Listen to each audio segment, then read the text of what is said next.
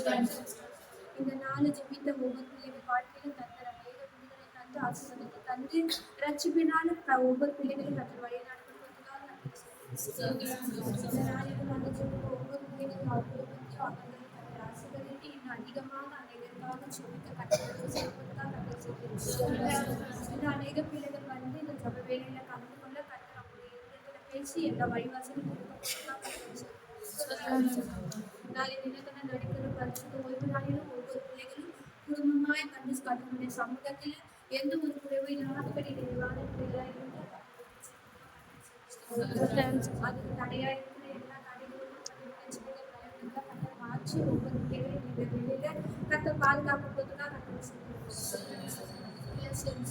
என் ஆத்துமாவே கர்த்தரை ஸ்தோத்திரி, என் முழுமையை பரிசுத்தம். என் ஆத்துமாவே கர்த்தரை ஸ்தோத்திரி, அவற்றை சகல உபகாரங்களையும் மறவாதே. என் கண்மலையும் என் மீட்புமாய் கர்த்தாவே என் வாயின் வார்த்தைகள் இதயத்தைத்தாரும் சமர்ப்பிதியாய் இருப்பதாக. ஆமென். அல்லேலூயா.